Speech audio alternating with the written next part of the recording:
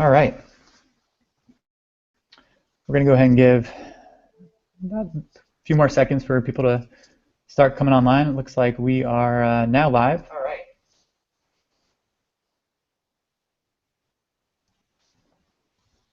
And all right, we'll give just a few more seconds here. Okay. First off, thank you everyone for coming.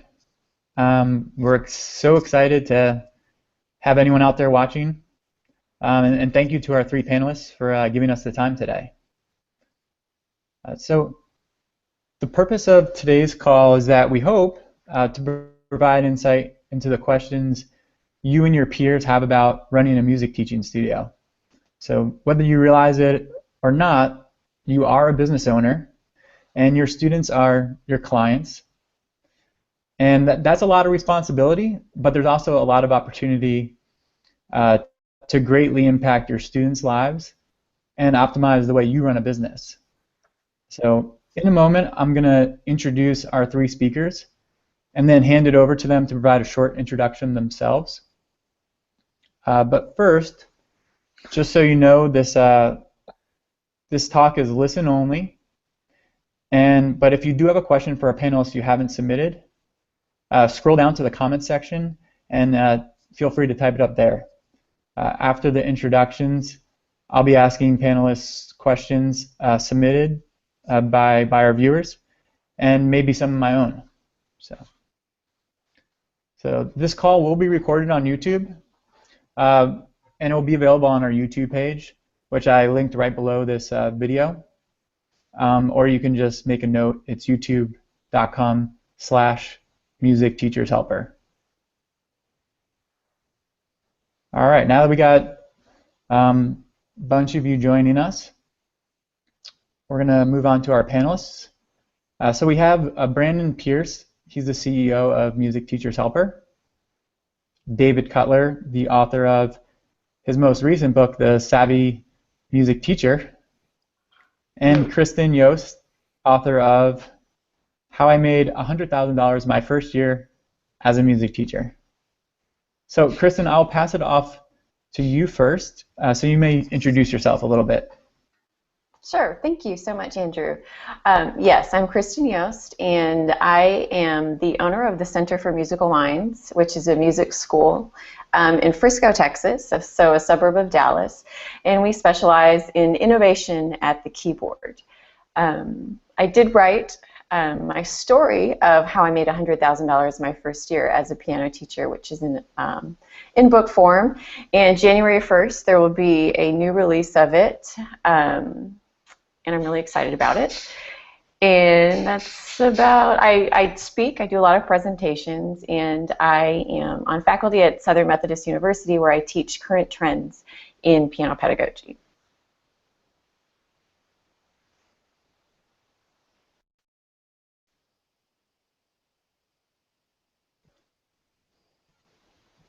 That was a showstopper of an intro because I don't hear anybody else talking. Thanks, Chris. No, perfect. Thank you, Kristin. Feel free to go ahead, Brandon, and then we'll move to you, David, and we'll get started with questions. Okay, sure. My name is Brandon Pearce, and I'm the creator of Music Teachers Helper and Studio Helper, which are software-based programs to help music teachers and studio owners handle the business and administrative side of their studios, enabling them to better serve and connect and teach their students without all of the administrative hassle. So I created Music Teachers Helper for me as a piano teacher and as a computer programmer, and it's been about 11 years now, and it just keeps growing and keeps improving. So I'm excited to continue to help music teachers however I can to be able to be more effective and efficient in their teaching. Great, and I'm Dr. David Cutler. It is such a pleasure to be here with all of you this afternoon. I'm a jazz and classical pianist and composer, along with a whole bunch of other stuff, as we all wear many hats in the music world. I am the Director of Music Entrepreneurship at the University of South Carolina, where we offer a number of different kind of programs that impact not only our own students' success, but folks from across the country and the world. And as Andrew mentioned, I've written several books. The most recent, which is titled The Savvy Music Teacher, which unveils a step-by-step blueprint for independent teachers to generate $50,000 to $100,000 annually while increasing impact, is the idea behind that book. And one of the really fun parts and inspiring parts of writing that was the opportunity to interview independent teachers from all over the country and share their stories. Kristin is a featured personality throughout that book in a section called Lessons from the Trenches, and so there are about 30 stories just about Kristin, and then there are about 100 or 120 other independent teachers who also share their amazing ways of working in this world. So thank you for the invitation to be here today.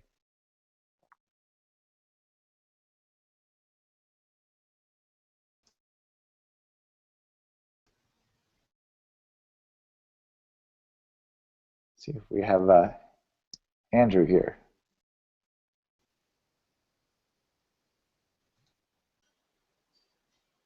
Well, for folks at home, we may be having some technical difficulties with our moderator for today. Let's see, I think everyone else is here. All right. Thank you, David. All right, so let's go ahead and jump right into the questions here. So I'm going to go ahead and pass this first one to Kristin. How do any of you handle, but I can let Kristin take it first if anyone else has suggestions. How do any of you handle the lesson cancellation makeups when students do it frequently?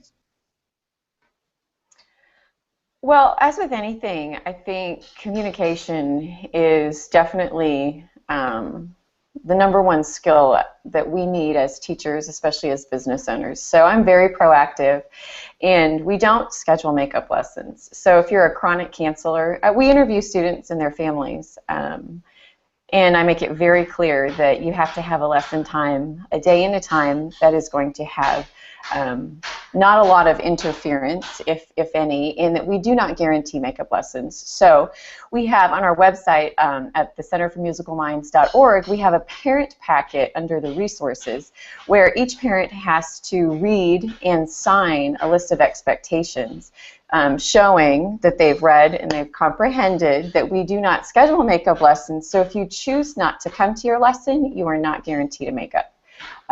So the communication is very clear, and the expectation is also very clear. So that's how I handle it. And as another resource, in that parent packet, we list what you are paying for your tuition, which is inspired from Wendy Stevens' blog, composecreate.com, where she talks about makeup lessons as well. She has a lot of great resources that addresses that same thing. I would just say, first, to agree with everything Kristin said there, especially the bit about communicating with students and really finding out what it is that their needs are. Perhaps if they're canceling or requesting makeups frequently, maybe it's because the lesson time is at a time when that's maybe not so convenient for them, or maybe there's some other need they have that's not being met that you can help address in order to reduce the makeup lessons. That said, I think there are a lot of teachers who do things differently. Some like to offer makeup lessons, some don't, and I think it can work both ways. If there is, for example, you could say makeup lessons are acceptable as long as they're requested a certain number of days before the lesson. Otherwise, we'll charge you the full price for them, something like that. And there are ways, of course, in Music Teachers Helper to track makeup lessons, and we're actually working on some extra improvements to make it even easier. But it's definitely something that you'll have to kind of think for yourself how you want to handle it, and then be clear in your policies as you communicate them to your students. I think one of the most innovative and interesting makeup policies that I heard is from some teachers that don't offer makeups for canceled lessons, but then have one or a couple of class sessions that anyone can come to in case they miss something earlier in the term. And Kristin, I think you may do this. But the idea is, so if you missed for any reason, well, there's this time at the end of the semester where you can do something. It's not a private lesson. It's maybe something that's really fun and in some ways maybe even more interesting than that private lesson, where you can get a kind of a communal experience. And that way you don't have to change your schedule on a weekly basis, but you just reserve, 1 or 3 times at the end of the semester for anyone who misses for any reason. Yeah, we do creative types of things like performance classes, master classes, where we have to have a minimum of 3 students that sign up for it, and then the class holds. But most people understand the value of the service that we're providing, and it's not limited to that 30 or 45-minute or 60-minute block of time, which comes from the proactive communication in what we are telling the parents what their tuition is actually covering. So if they miss a 30-minute lesson, it's not the end of the world. Or there are some creative solutions, such as Skype, for instance. If they're sick or contagious but they're functional, you can certainly dial in. Or Jennifer Fox has this great option that she has been promoting for video lessons on her blog, so FPS resources, Jennifer Fox, Foxx, if you look her up. And she gave some great ideas on how, if you know you're going to be absent, or if there's a school concert, for instance, band concert, orchestra concert, choir concert, those are legitimate reasons, not excuses. And so I feel that that's a worthy makeup, certainly, if you can. And if you can't in your schedule, there are still some great options that are being explored, especially right now. I use Skype a lot, actually, for students if they can't make it in person and have a Wi-Fi connection. Great answers, everyone. All right, I'm going to move over to the next question. So Angie asks, this first part might be, maybe pertain for you, David.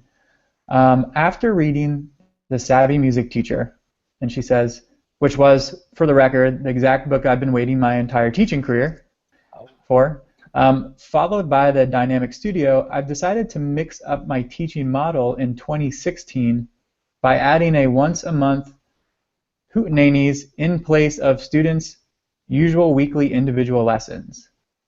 These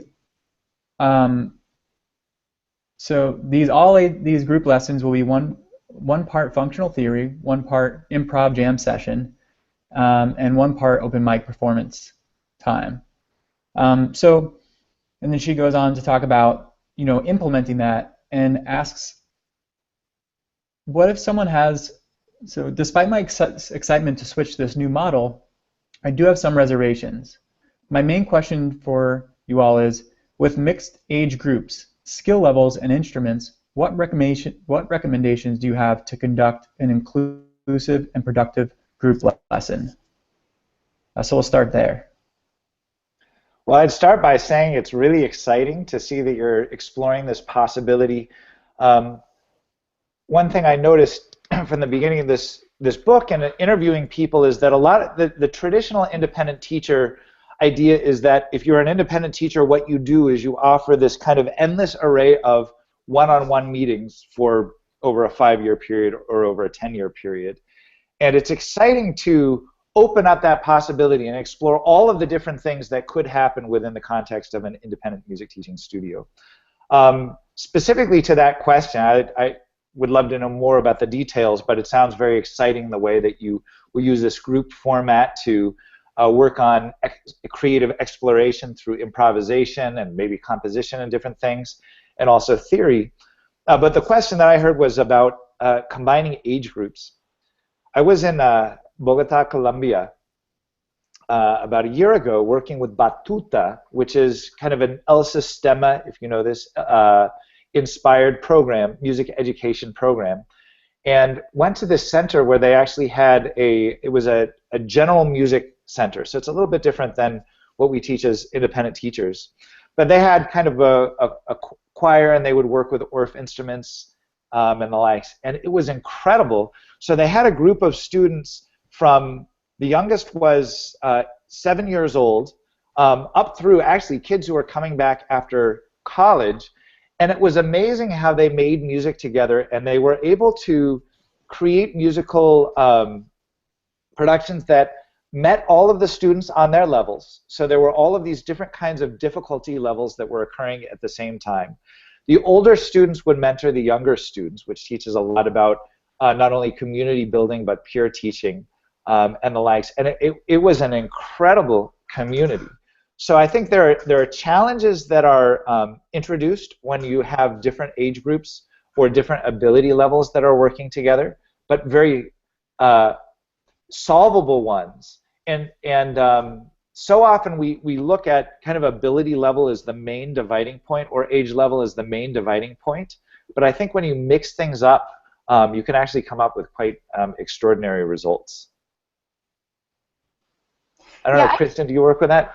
I do. So we have performance classes and group classes, and I found that to be the most effective, you have to communicate the value that these classes will be providing to your clients, to the students themselves, and explain how it works. So if you are doing mixed stages, the role of the older students and what happens, and remind them that their children were once young and inspired by the older students too.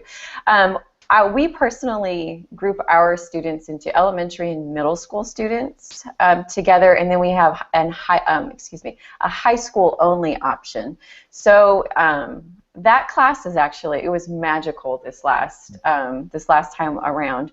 It turned out everybody in the room actually had taken the SAT, or they were preparing for the SAT that week, and so they all had these shared life experiences, and it really was great. So I definitely would be preemptive on communicating the value of what's going to be occurring in the group classes, and then for me, working with dividing the high school kids away from the middle and the elementary school was really effective for us this year. Cool. And then just to skip down to the second part of that question, Angie also has a question for Brandon about Music Teachers Helper. She says, I'm so delighted that you're going to be offering reoccurring payments, as in accepting credit card payments from clients within the software. Any idea when this will be up and running? Yeah, just to be clear, we already do offer recurring payments in that students can set up a payment through PayPal or Authorize.net or Stripe to be the same amount every month that automatically is charged to their account. But I think what you're asking is for the situations where teachers may charge different amounts each month depending on the number of lessons or other fees that are added, and having the ability to charge the student for whatever the balance is on the invoice each month without having to initiate the payment or have the student initiate the payment themselves, but just have it automatically go from a bank account or their credit card into yours. And yes, that's something that we're working on right now. And well, along with a lot of other things, there's a whole lot of there's so much that I'm so excited to be releasing in the next few months. And that particular feature will require some changes to the invoicing system, and will probably be released early spring, along with a lot of other things along the way. But that particular feature should be early spring next year. Great. Okay, so on to the next question. So Laura asks, we teach piano and cello to several students. Do you have suggestions for maintaining records on or offline, payment guidelines, no-show situations? So this is kind of a loaded question with, how do you reach, really the essence of it is, how do you reach and keep students interested in practicing in this age of social media and so many activities students are booked for after school? So I think that would be a great question to tackle out of all these questions, because that's I think a really important maybe a more recent issue than otherwise. So how do you reach and keep students interested in practicing? nowadays with so many after-school activities and online interests. And feel free, anyone, Kristin, if you want to take that, feel free to anyone to jump in and take that. Sure. I think that is the new most pressing question that as private instructors we are facing. Homework loads are at an all-time high. I've noticed an increase in the last couple of years, certainly, in the amount of pressure. So what used to be asked of high school students is now being asked of middle school students.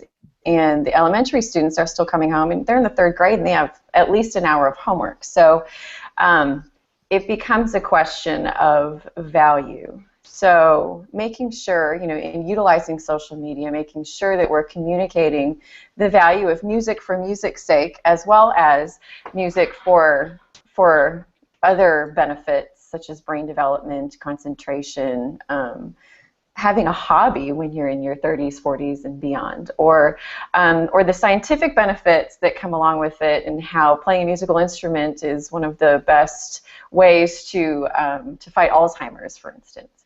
So again, it goes back to communication of the value, and then it goes into what are we teaching and why are we teaching it? Are we teaching this arbitrary skill set because this is what we've been taught is important to us, or are we teaching theory for practical application in popular music, for instance?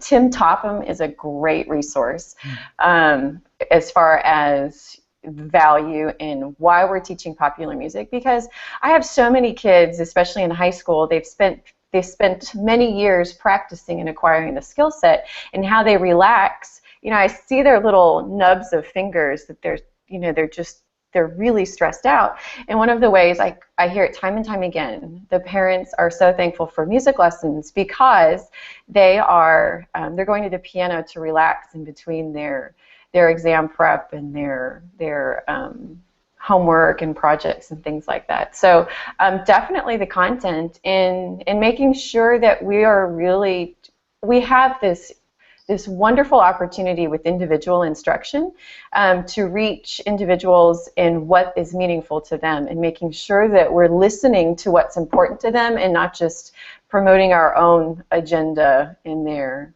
music lessons. So those are some of the ways I do that. Well, I agree with everything that Kristin has said. There is never enough time, but there is always enough time to do things that are important to people, including practicing for your lessons and being engaged in the musical world.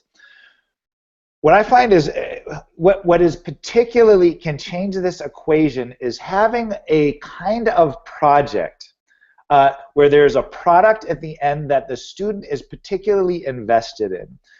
There's a whole chapter in The Savvy Music Teacher that focuses, for example, on events. And the way most of us grew up, there was maybe, the typical teacher would throw 1 or 2 studio-wide events per year, and it would be kind of a marathon recital where each student would play one piece or a couple of pieces, and of course there's great value to that. But it's kind of something, well, you have to do, it's not the main goal, but it's kind of just like something that happens at the end. There are so many innovative ways to approach, for example, an event that really motivates your students to become more engaged. And so events can be, whether they're theme-oriented events or they're fundraising events for some kind of cause that the students choose. And of course, there are so many categories of events that get students really excited. There's one story in the book about a summer event from this incredible studio in Michigan called the Piano Cottage, where she said her students opt to not go to Disney just so that they can be involved in her summer project, which I won't tell you all the details about it right now, but I will tell you that in their first year, in addition to this amazing event, they raised over $10,000 doing it, and you can read about the story. It's just incredible and inspiring, and had the whole community engaged. Events are only one way to do that. So other kinds of projects, for example, is some teachers are having their students make music videos where they're perfecting the piece, they're recording the piece, and then making either just a live shot or some kind of video where they're making all kinds of creative imagery to go along with the music. and it really engages their students to become involved. There are all kinds of other ways to do this too, through friendly and fun competitions, which can be practice competitions or impact competitions or repertoire competitions or whatever it is. So I think giving some kind of, or another example is recording projects. Instead of having the studio recital, some teachers are now opting to either have all of their students or just some of their students, maybe their most improved students, go to an actual recording studio and making a studio album. So these kinds of things can pay huge dividends when it comes to not only getting students more invested, to raising your retention rates, to actually being able to raise your studio rates and the likes. Win-win for all involved. Excellent. I love those ideas. And I would just add that I think students in general tend to learn the things that they're interested in. So if a student is being pushed to take music lessons by the parents but they don't really want to, it's going to be a lot more of a challenge to get them engaged and to keep them active and interested in it. But if it's a student who has an interest in music and would like to learn, then that becomes an easier challenge. That said, the question was also a lot about technology and how it's been changing the dynamic. And I know for me, when I was teaching, I didn't use a lot of technology in my studio except for the studio management software.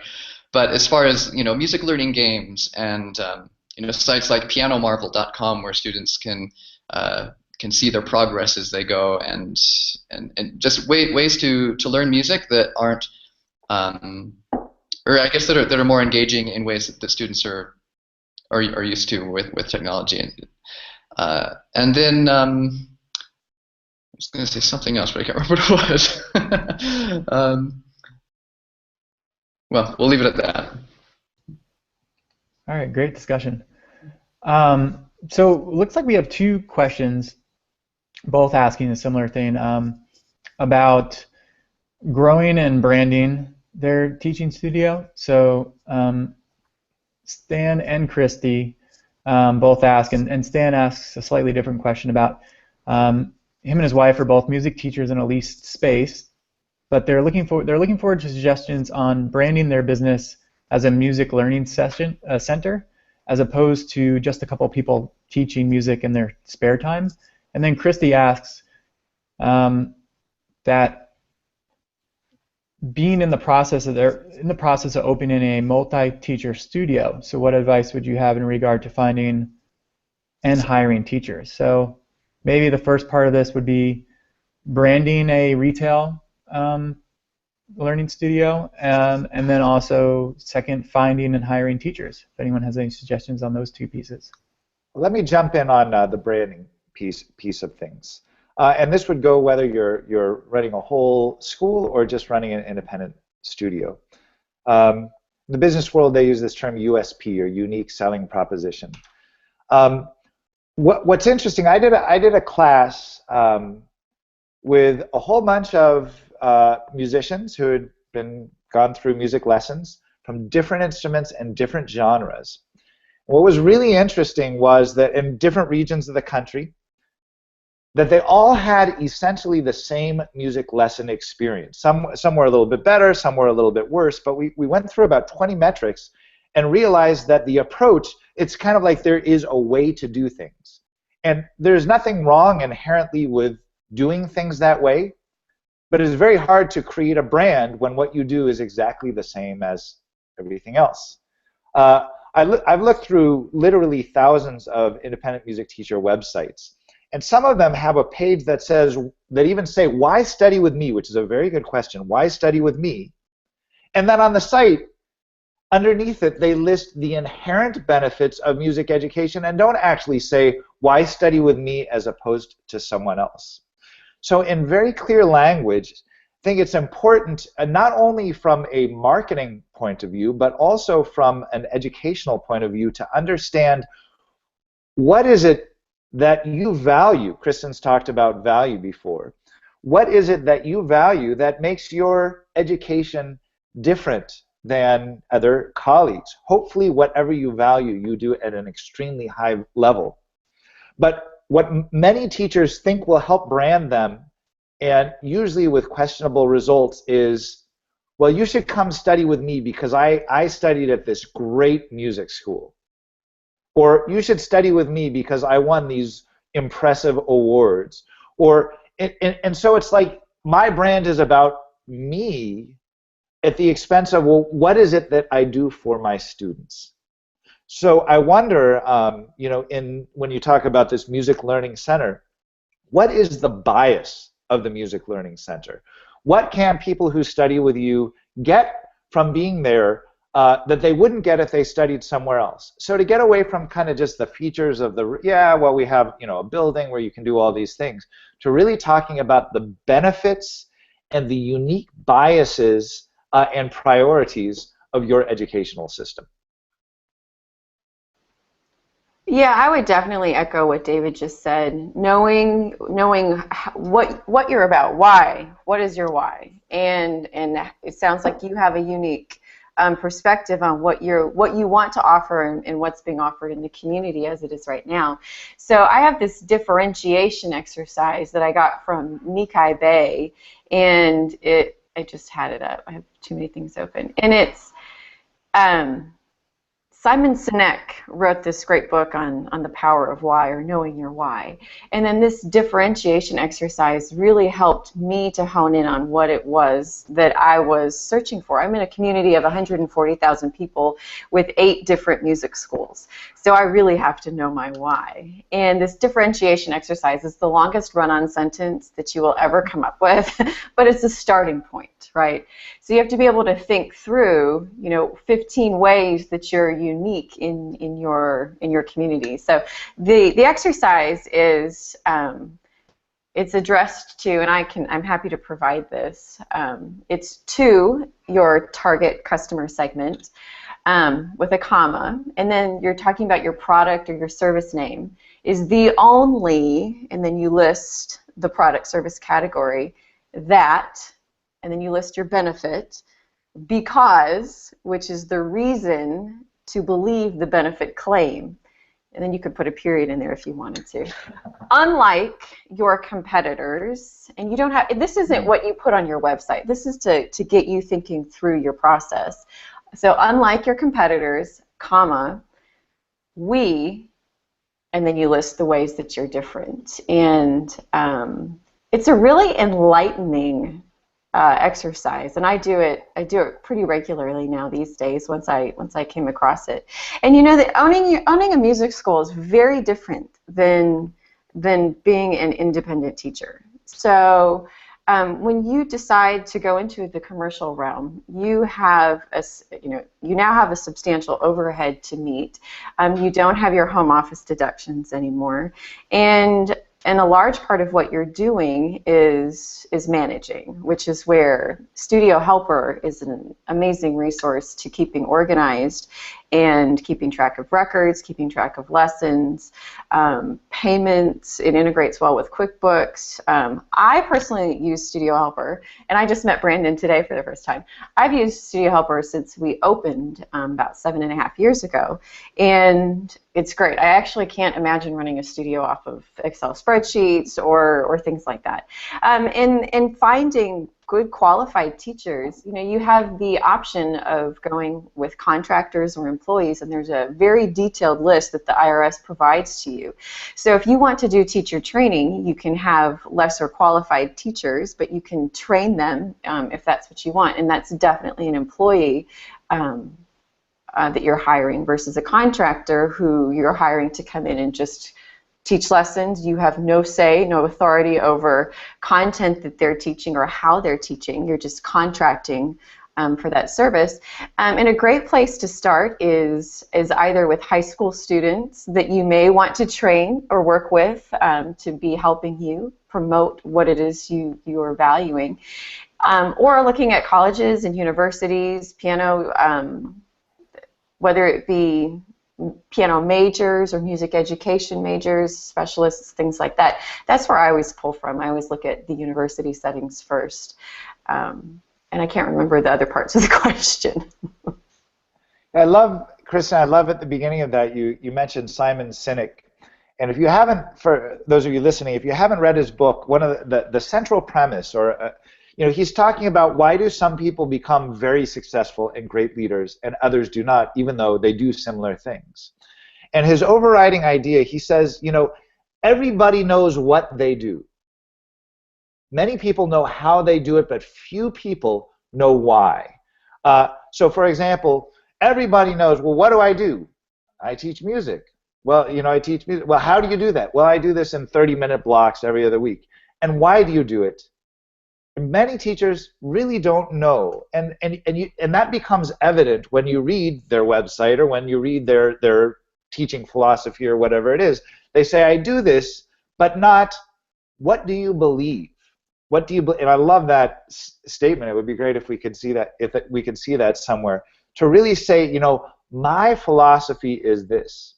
And the interesting thing is, of course, when you get bigger and you start hiring other teachers, whatever the business model is, right? Whether they're officially full or part-time employees or they're officially contractors who get a 1099.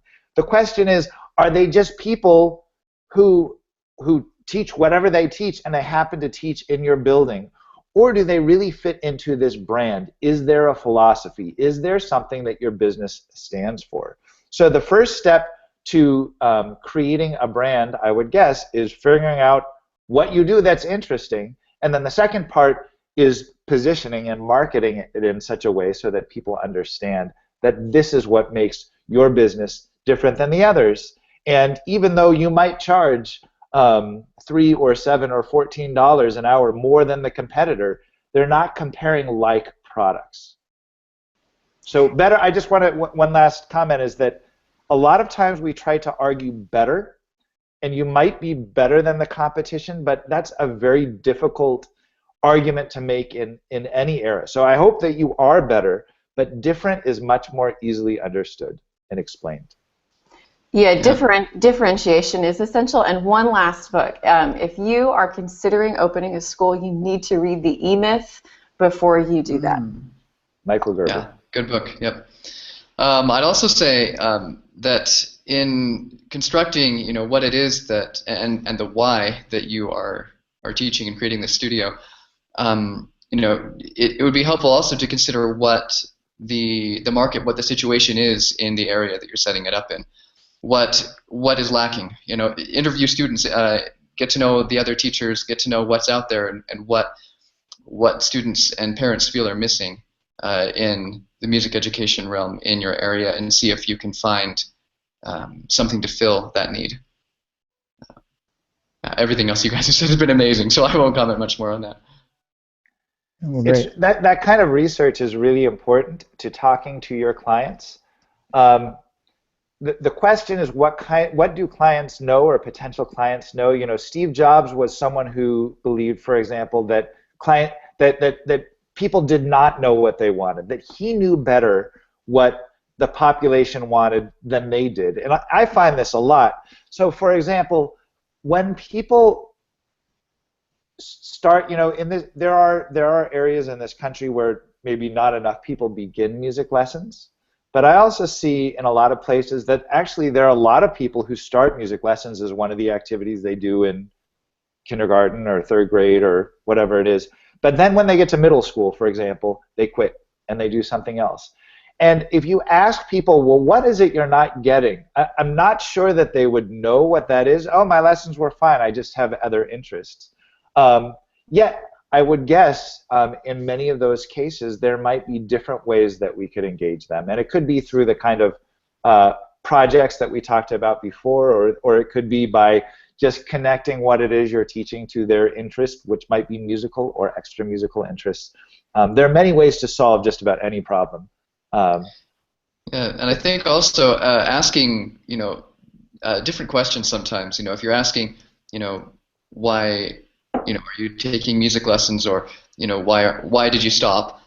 You'll get an answer for it, but maybe there are other questions that would get you in, get you some more information. What did you like most about this aspect? What did you think about this in particular? You know, what, you know, just, I guess, be creative in the types of questions that you ask, and see if you can get also to the heart and the emotion of why the students are taking from you, and what it is, what I guess what pain they're feeling in it is often something that is addressed in business when you're creating a business model, or creating a business, is looking at addressing the pain points that somebody is feeling. And maybe it's something that's outside of what you want to offer, but if you can craft and create a product or service that can fill that, yeah, that's a good way to discover it. Definitely great discussion. One last thing I will add before I move on to the next question, for Christy, who asked it, was the Studio Helper blog does have an entire blog category for hiring staff. So if you type into Google Studio Helper blog and then check out the categories in the right section, there is one called hiring staff. There's a few music teachers that have written great articles about what to look at when hiring a teacher. So some supplemental stuff that may have not, been covered in the discussion here. Okay, great. So on to the next question.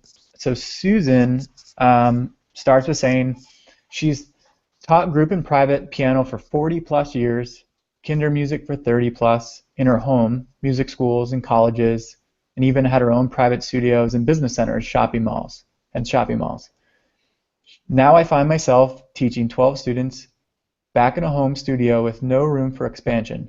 I really want to form a nonprofit music school to reach the many students who cannot afford piano lessons and kinder music and perhaps other instruments and vocal lessons. What suggestions do you have for fulfilling my dream? So does anyone want to take that if they have any experience with, free music events, nonprofit and music? Yeah, I can start. So it would be interesting. You first of all, thank you for all of your service. Just as an aside, what music teachers do is really, really important and really valuable and kind of unparalleled in the development of our young people. I mean, what other career profession places an adult mentor who's not a family member alongside someone for years or even over a decade in many cases? It's not the sports coach, it's not the classroom teacher, it's not even the band director, right? It's only the independent music teacher in many cases. So thank you for all of your years of service to our communities. There are a lot of questions, follow-up questions I would have about this, about what resulted to the change and what are her goals. And when you're saying 12, why is it only 12? Is it a marketing question, or is it just that you want to switch directions? But in terms of this, it's an interesting question in terms of this idea of becoming a not-for-profit and offering instruction to students that maybe can't afford lessons. And so let me go with that part of the question, which I think is of course valuable. There are people, poverty is a big issue in this country, who would absolutely be better off on many levels if they could engage in music study, but they might not have it in the schools and they can't afford lessons. There are many different ways to do this, and without going into a whole seminar on nonprofit structures, one of the great things about being a not-for-profit, which has lots of challenges as well, there's lots of bureaucracy that goes along with it, and paperwork and tasks that you don't have to do if you're just running your own studio. But of course, one of the benefits for doing that is that you can receive grants, and another is that you can receive tax-deductible donations. So that might be a good way for some music programs to go. That said, it's not something to be entered into lightly, because it is a lot of work, and in order to, there is not, I think a lot of times musicians, music teachers or other musicians feel like, well, I can't really earn money and do what I want to do as a for-profit business, so I want to become a nonprofit. And there is not endless money for grants to just be dispersed. So like anything, you really have to show your value. And without a more specific follow-up, that is one way to solve the problem.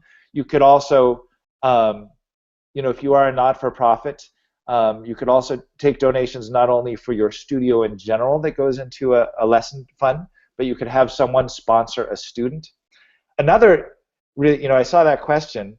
Another really interesting approach is to do this in a for-profit model. I'm just wondering, I'm guessing the other panelists know all about Tom's Shoes.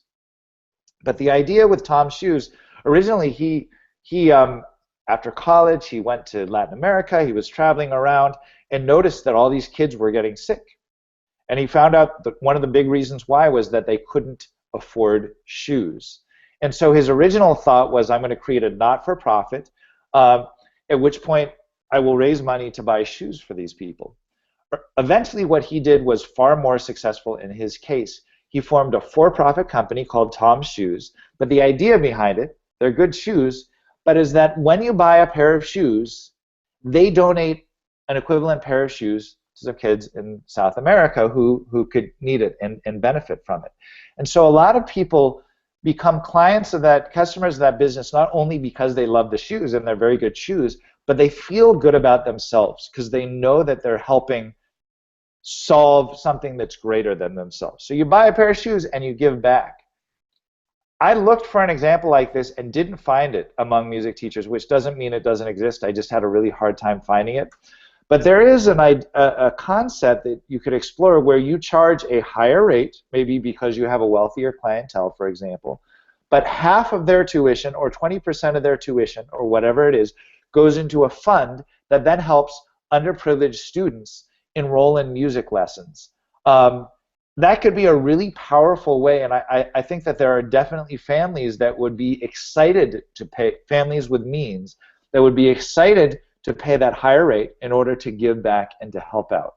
So that's one way to do it. There are also examples, actually in the piano cottage that I mentioned earlier, she has this whole foundation, a not-for-profit foundation that's attached. So it's not her music teaching business, but it's an attached foundation, as I understand it, that raises money and that offers lessons to underserved students. And so this would be another business model to investigate. Yeah, to echo what David said, you definitely have to have a business plan. And when you go into the not-for-profit sector, you then become a connector in your community and beyond. So a great talk that was given at the National Conference for Keyboard Pedagogy this past year was Melissa Martiros, Martiros, and she talked about the program that she started and is running at the university that she's at.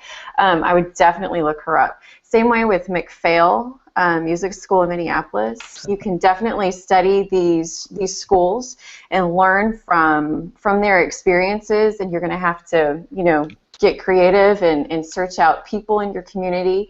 You're going to have to search out organizations in your community. But you have to have a plan and you have to have a budget. I would highly recommend you do a 1, a 2, and a 5-year, and make sure that you have an exit plan in there, in your business plan. And that can serve as a guide, at least, to kind of help you start thinking through the process and how this could work. That's probably good advice for any music teacher on any level. Yeah, definitely. I'd also say, a lot of it may depend on your current financial situation. For example, if you are retired and you have enough money to get by, maybe you don't need to make a lot of money teaching music lessons, and you could offer them for free or at a very low rate to students who are looking for lessons. Or you could offer them what I see a lot of people doing these days with even for-profit businesses is charging on a donation basis. So you pay what you feel is worth for the value you're receiving, or pay whatever you can. And those are some other models that I've seen work. Great. So we'll get to a few more questions here. One of our viewers asked, and this is more of a technology question, and I can pass this to Brendan first. It's 2 questions. One, any great ways to record practice using technology? And then also the second part of that is, just any iPad app suggestions for, music theory that you've had success with in your studio. So I'll give Brandon the first part, and then maybe if Kristin has any thoughts, or David had done any research about the second part of that question. Sure. Yeah, music teachers practice log in it. So students can log in and record the amount of time they're practicing each day. Studio Helper has this as well. And they can write notes about what specifically they practiced, and also submit questions to the teacher or comments about their practice session. We're working on some improvements to this as well that include being able to assign practice sessions to a specific assignment or a specific piece of music, or being able to be a little bit more specific in what is being practiced, and in rating how the practice session went for the student, and to receive feedback from the teacher. And also on our iPad, our iPhone app and Android apps now, there's the ability to hit the record button and also upload files students can actually submit record sessions for the teacher to listen to. And then when the teacher logs in, they can see a summary of how much the student practiced on a bar chart, and it averages how much they practiced each day over the course of a week, and you can see a lot of different reports and statistics on that. So that is one tool I would recommend. There are other practicing apps out there, or practice logging apps, but I can't remember the names of many of them at the moment. But maybe Andrew can remember. But yeah, music teacher's helper. I would just say one thing quickly and then turn it over to Kristin. There's a whole chapter in the Savvy Music Teacher focused specifically on technology, and it lists, this is always changing, but it lists a huge variety of technology tools that go far beyond apps, but certainly has a lot. One of my favorite lists in there is actually a list from the one and only Kristin Yost, where she talks about her 10 favorite apps and the like. So, Kristin, maybe you can give some suggestions here. I would be happy to. One of the presentations I gave last week was on modern tools for teachers, and for me personally, the iPad has been the most revolutionary, not evolutionary, but revolutionary invention in my teaching in the last several years, certainly. For me, there are a couple students that I require them to send me. I have them get voice record. It's an app, and it has a really good audio on there, so it's better than just the regular microphone that you use on like, for instance, your Apple phone. And I only require a couple of students to do that because I just don't have the time. And how they learn, if they're practicing the wrong rhythm or the wrong notes all week, they leave knowing what they can do, and then they come back and it's like, I don't know what happened. So there are a couple students I require to do that.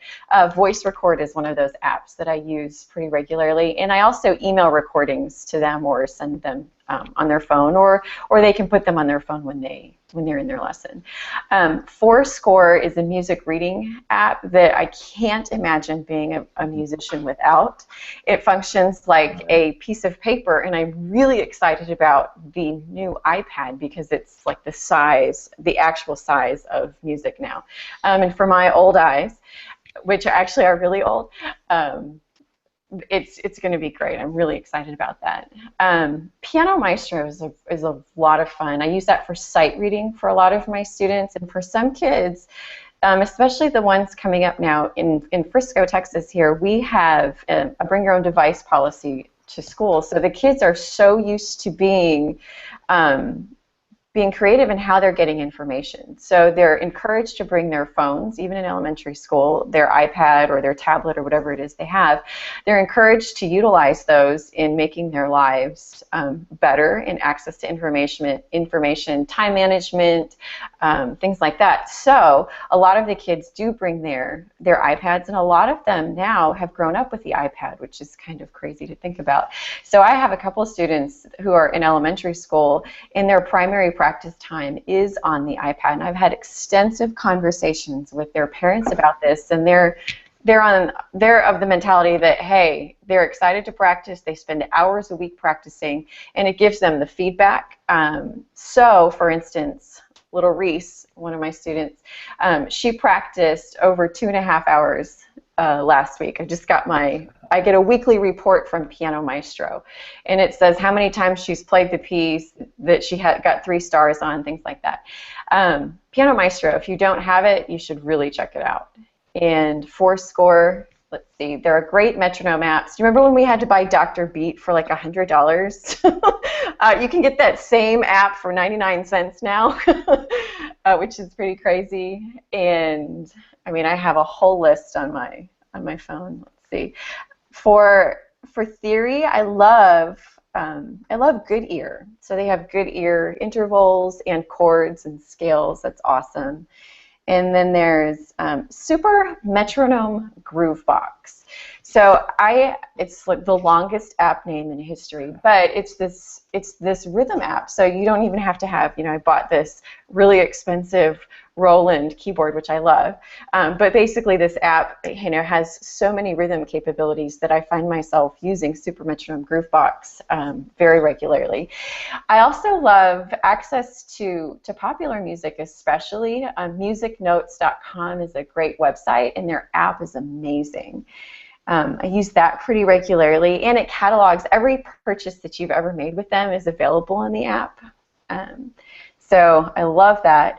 Evernote is a great resource for us as teachers. It's like being able to carry around a filing cabinet with all of your records, and you can break out students into what you're, speaking of goals, everybody needs goals, to work on. I echo what David said earlier about how we're always working towards something. We have a World Music Festival coming up next month. We have holiday recitals, we have pop showcases, this year we have a Christian worship concert, we have all kinds of stuff, events, right? Not just a traditional recital where, I used to fear for my life that one time a year in May. I think it was like the worst 45 minutes of my life, and being nervous and then playing and then finally being done. But Evernote allows me to keep great records of what my students are working on, my goals. So I go through this whole planning process twice a year, and so I can update it. I can share the folder with the parents, so the parents always have access to that information.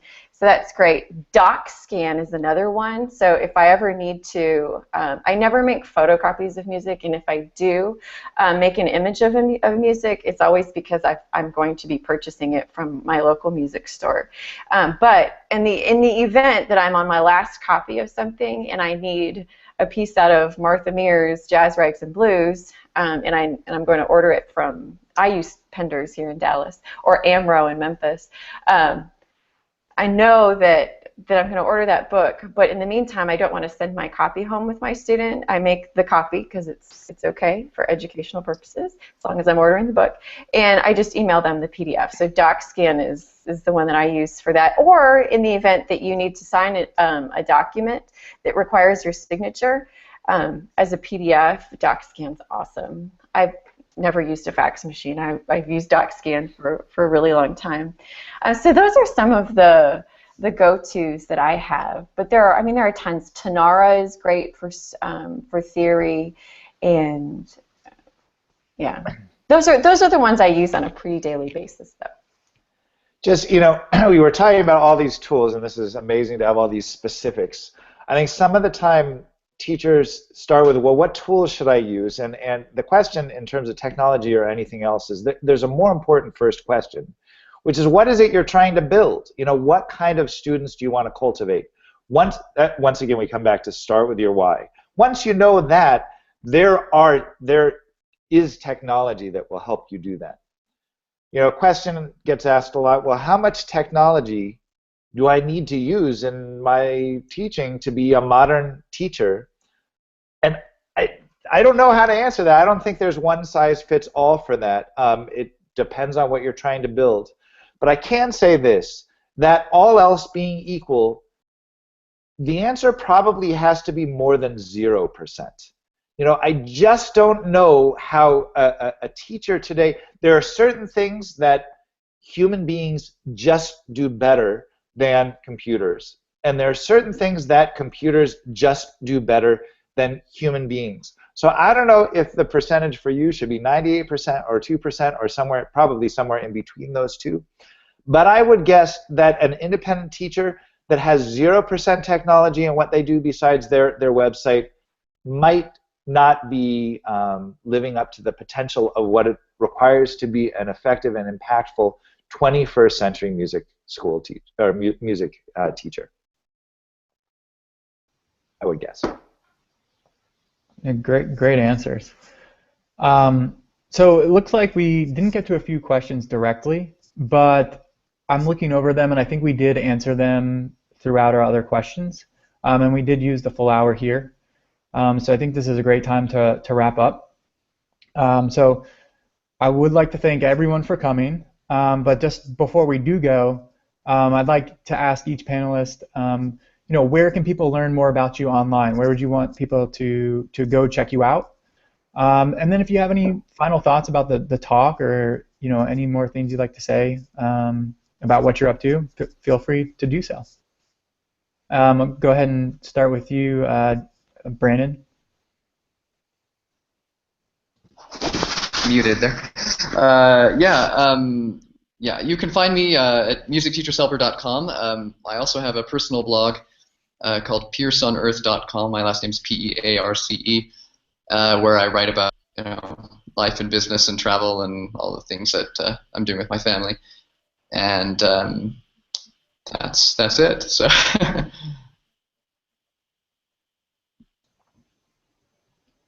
Great, thanks. Go for it, David. Well, if you're interested, we talked just on the surface about some things related to the new book, The Savvy Music Teacher, which is available everywhere, Amazon, and anywhere there's the publisher at Oxford has a site that has some more information about it.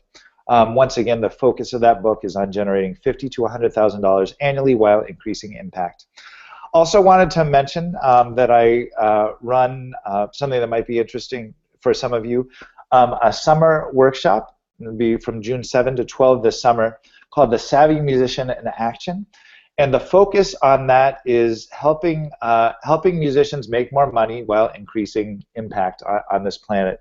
And we intentionally bring a wide variety of musicians and musical profiles to this event, but that includes independent teachers. This is not a place where you sit passively and listen to a bunch of experts tell you their brilliant ideas, kind of like this in one-way communication, this session, but this is learning through doing and getting your hands dirty. So just like if your student is working on Chopin, they're probably not just going to talk about it, they're actually doing it. This is not just talking about creating a good business model and a good impact model, but doing it and building it with a team from the ground up. That's called The Savvy Musician in Action. I won't give web addresses because it's very easy to find us online. But I will say that Brandon is, I'm very excited that he will be one of our thought leaders this year. So we will have an extra resource, particularly for independent music teachers and everyone else. And I don't know how much of the background everyone who's listening knows about both of the colleagues on this, but both Brandon and Kristin have very inspiring career models and life stories. And Brandon, what he didn't mention is that if the connection went in and out, well, he happens to be calling in from Mexico, and he's created a life model where he travels the globe. And the first time we talked, he was in Indonesia, and he goes with his family. And so there are many ways to live your life. There are many kind of ways to solve the problem of career, of personal finance, of impact on the world. And it's such a pleasure to be here in this conversation. And I hope this was helpful in some way to the listeners. And thank you for the important work that you do.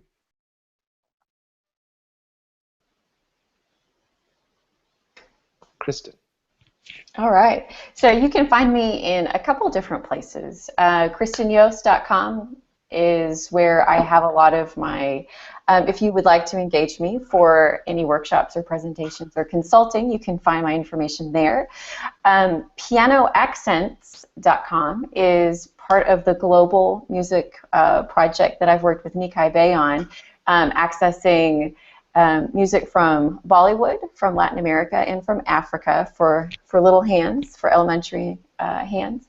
And then the Center for Musical Minds is my school if you're interested in how we run our logistics. We give a lot of information for parents especially, and for other teachers. I encourage you to check us out. And thanks for having me here today. Great, thank you, everyone. And just as a final note, this recording, which we did say earlier, will be available on our YouTube channel. So it's youtube.com/musicteachershelper. And sometime today I will get a lot of the resources that were mentioned in this video into the notes of the description of that YouTube. So you know, if you aren't taking copious notes, you can check back there. I'm going to add in a lot of the stuff we mentioned. And then lastly, if you're wondering about the giveaway and you know about the giveaway that was attached to this live talk, we are going to be contacting winners on Wednesday, this coming Wednesday. So keep your eye out for that. If you'd like to enter the giveaway, I'll have a link to that in the show notes of the YouTube video as well. Or if you don't know about it and want to head over, it's blog.musicteachershelper.com/giveaways/savvy, SAVVY. So that's blog.musicteachershelper.com/giveaways/savvy. And there's awesome prizes, you know, books and access to Music Teachers Helper and the workshop David mentioned. So go check that out if you haven't entered already. So I think that's it. And I hope everyone has a great week.